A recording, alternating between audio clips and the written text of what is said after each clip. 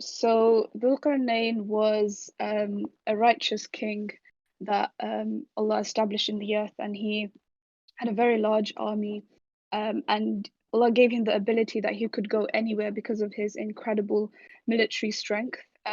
So Allah gave him the ability to go all the way towards the east and then back towards the west, and everywhere in between. So he had that strength, he had that ability, but he was also uh, known for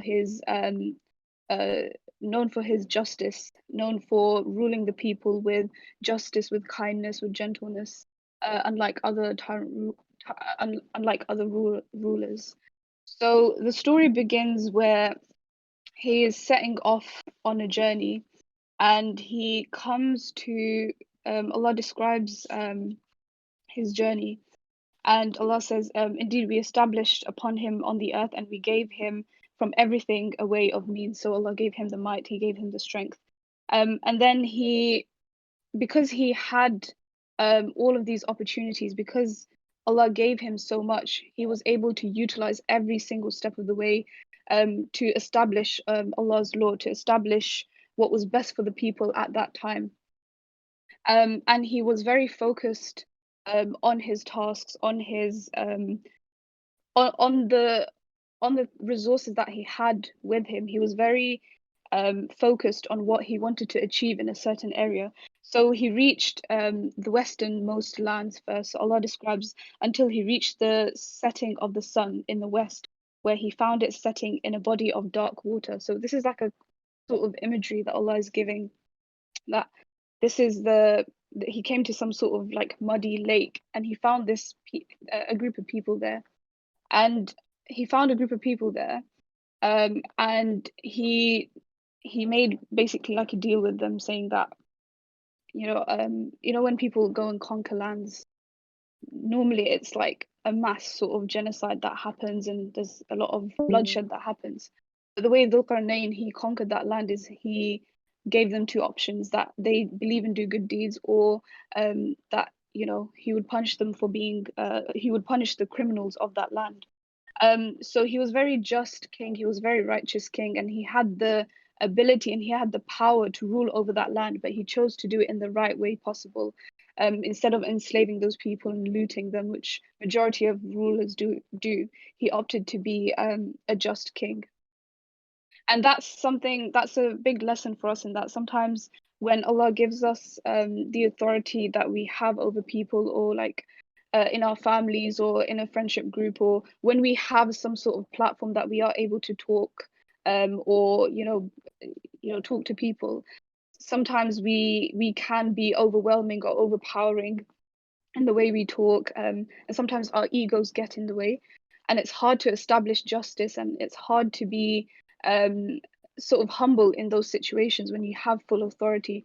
But this is where, like, we take the example from Dhul Qarnayn, where he was able to do everything he could to those people, but he decided to be gentle with them, and he decided to treat them in the best way possible that Allah was going to be pleased with.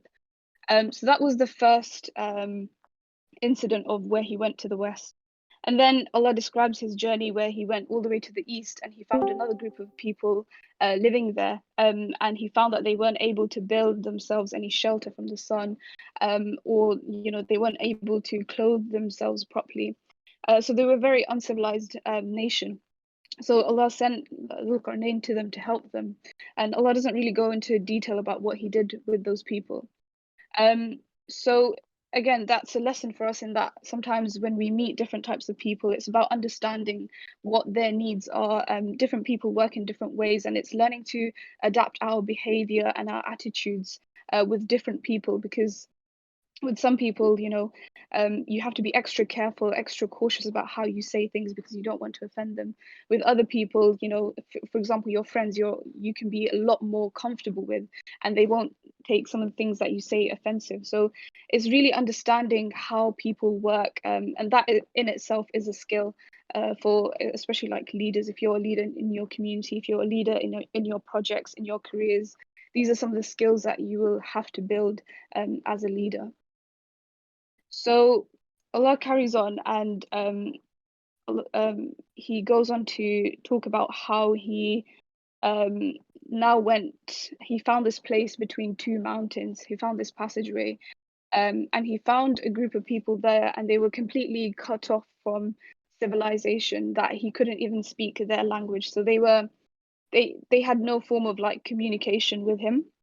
But through some sort of, I guess, hand like sign language, they were able to tell him about Ya'juj and Ma'juj. So they were a group of people that were causing a lot of trouble to them. You know, they were killing them, raping them, doing all sorts of evil to them.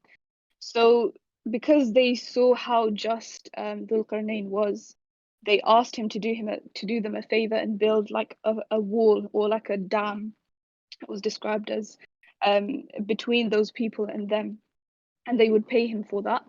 But Dhul Karnayn, he refused that payment, and he said, "No, I'm going to do it, you know, sincerely for the sake of Allah.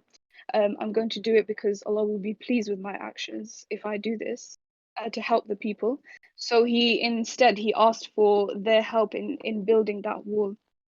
And not only did he just build that wall, he built a fortified wall. So he built that wall, but he fortified it with extra material and extra things so that it would be a very strong wall that they couldn't break through, that Ya'juj and Ma'juj they couldn't break through.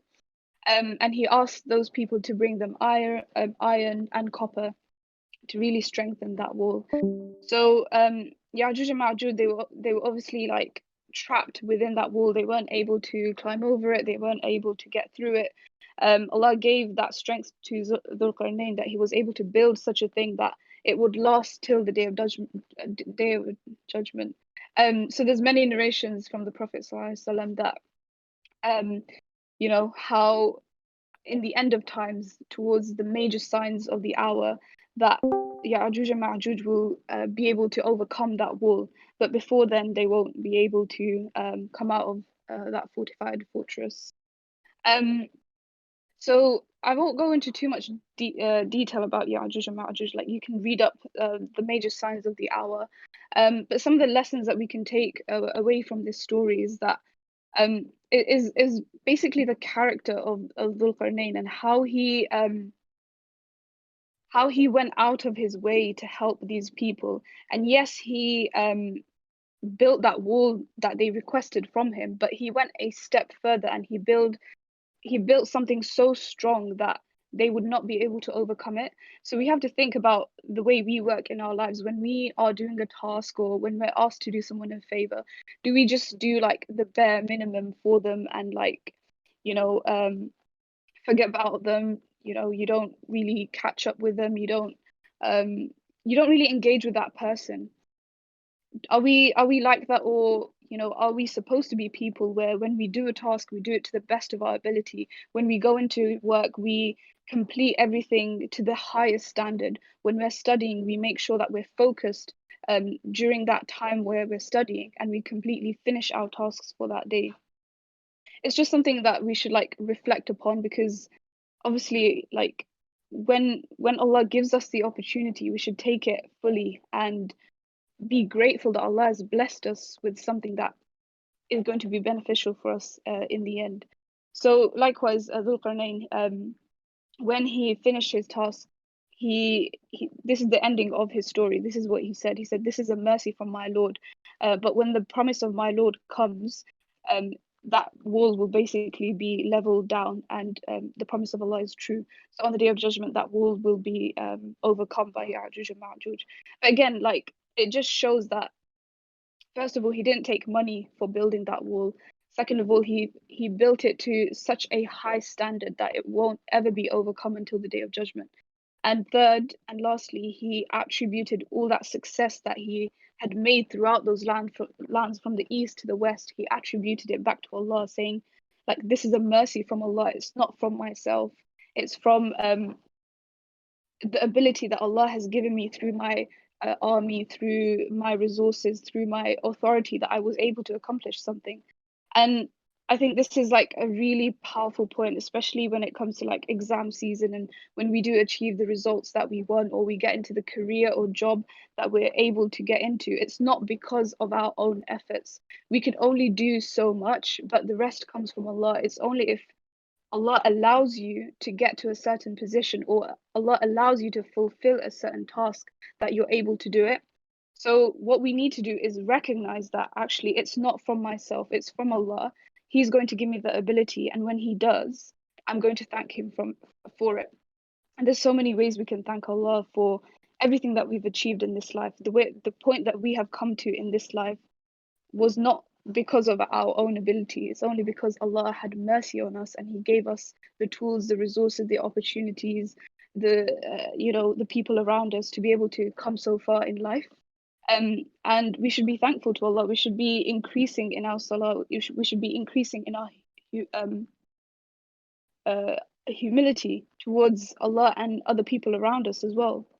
So, this is the opportunity. I guess Ramadan is an amazing opportunity to express that humbleness, to express that gratitude to Allah, especially in the last 10 days.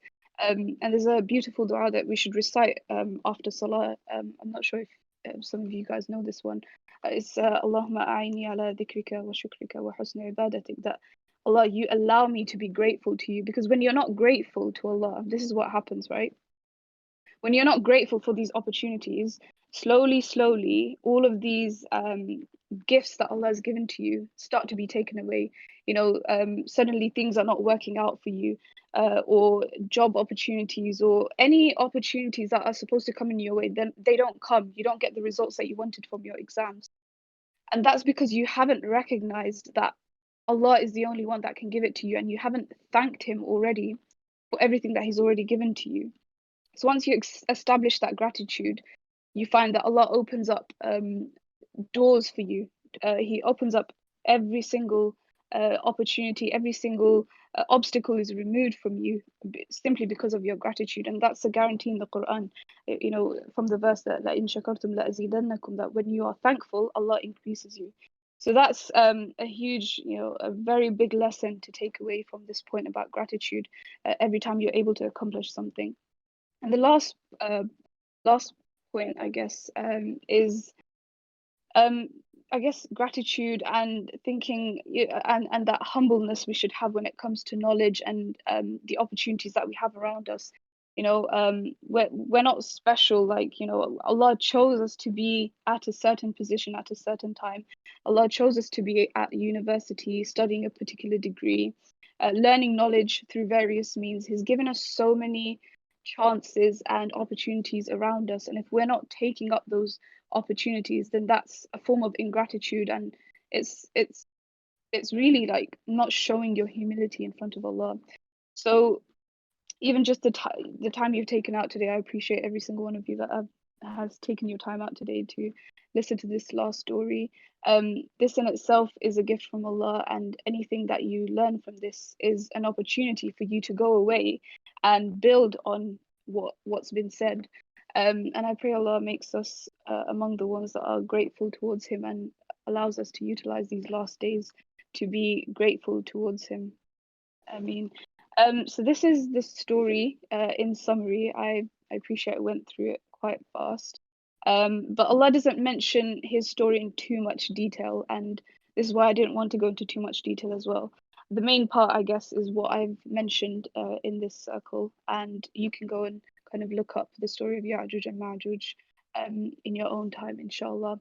If anyone has any questions, please do put it down in the text box. If not, we can end it here. Jazakallah khairan for attending. And I pray this was beneficial, inshallah. Jazakallah khairan. And subhanakallahumma bihamdika ashhadu an la ilaha illa anta astaghfiruka wa atubu ilayk. Assalamu alaikum.